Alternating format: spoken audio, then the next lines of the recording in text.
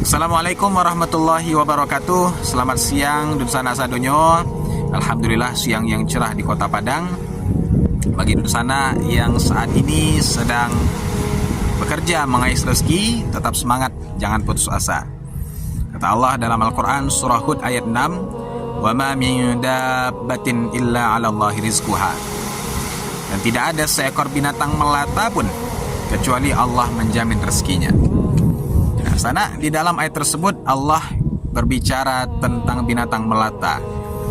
Nah, yang awak lihat sehari-hari biasanya urang, yo, awak sesama awak.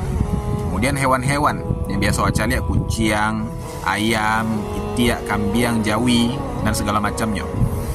Nah, namun di dalam ayat tersebut Allah menyebutkan wa ma min dabbah. Dabbah itu binatang melata, ya, yang kecil, yang luput dari penglihatan kita karena dia hidup di dalam tanah.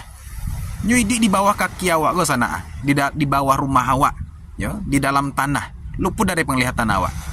Ya, sedangkan binatang melata yang seperti itu saja Allah jamin rezekinya, ya, Allah cukupkan rezekinya.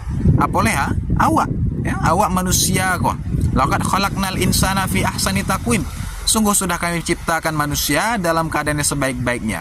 Pasti Allah menjamin rezeki kita. Oleh karenanya sana, bagi yang sedang bekerja mengais rezeki sekarang, semangat, jangan pernah putus asa, dan selalulah meyakini bahwa rezeki kita telah dijamin oleh Allah Subhanahu wa Ta'ala.